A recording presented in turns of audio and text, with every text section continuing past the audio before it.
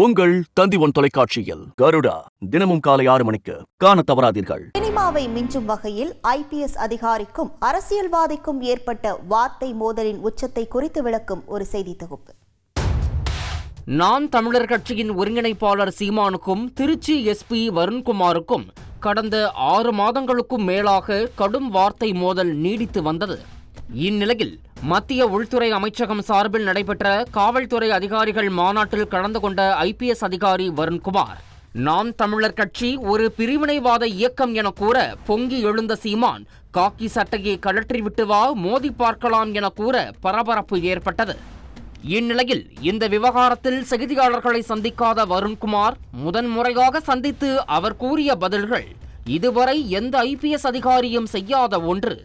என்னைய மிரட்டி பார்க்கலாம்னு நினைச்சாரு. இந்த மிரட்டலுக்கெல்லாம் பயந்தால் நான் இல்லை.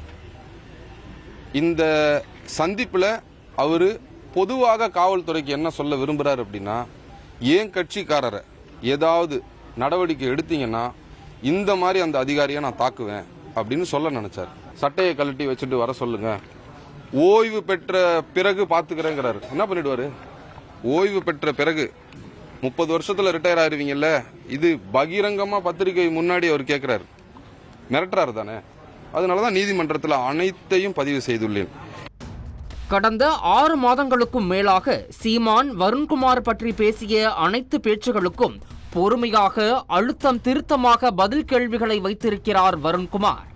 ஒருவரின் தாய்மொழியை பற்றி கேட்பதற்கு சீமான் யார் உள்ளிட்ட பல கேள்விகளை சரமாரியாக முன்வைத்தார்.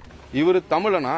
இவர் தாய்மொழி தமிழா அப்படின்னு கேட்கிறார். யாருடைய தாய்மொழி என்ன, யாரு எந்த ஊர்ல இருந்து வந்தாங்கன்னு கேட்கறதுக்கு இவருக்கு என்ன உரிமை இருக்கு? சட்டையை கழட்டி வச்சுட்டு வாங்குறாரு.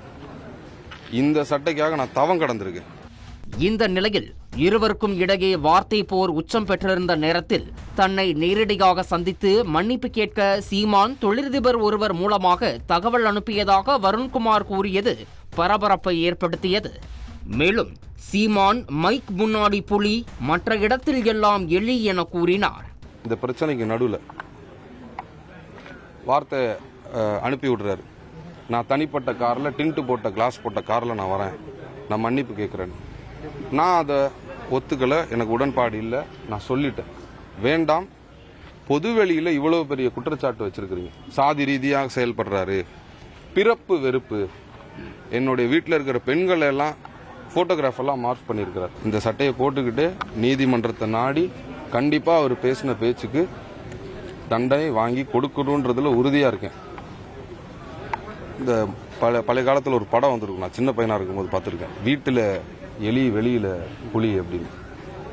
இவருக்கு எப்படி சொல்லலாம்னா, மைக்கு முன்னாடி புலி, மற்ற இடத்துல எல்லாம் எலி.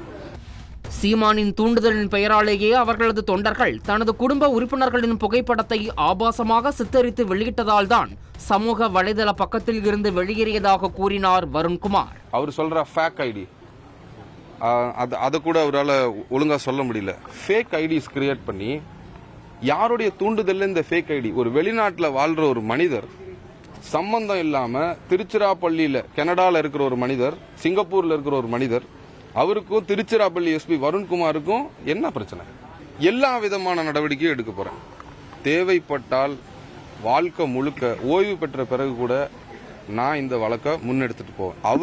அவரு சுயமரியாதையை விட்டுட்டு செயல்படுறாருன்னா நான் அப்படி இருக்கணும்னு அவசியம் இல்லை. என் வீட்டில் இருக்கிறவங்களை, என் குழந்தைகளை, எங்க வீட்டில் இருக்கிற பெண்களை அவதூறா பேசினா நான் சட்டப்படி நடவடிக்கை எடுத்திருக்கிறேன். கடந்த நாடாளுமன்ற தேர்தலின் போது முன்னாள் மறைந்த முதல்வர் கருணாநிதியை பற்றி அவதூறாக பேசிய விவகாரத்தில் நாம் தமிழர் கட்சி நிர்வாகி சாட்டை துரைமுருகனை வருண்குமார் கைது செய்தார். அப்போது சீமான் வருண்குமாரை கடுமையாக விமர்சனம் செய்தார்.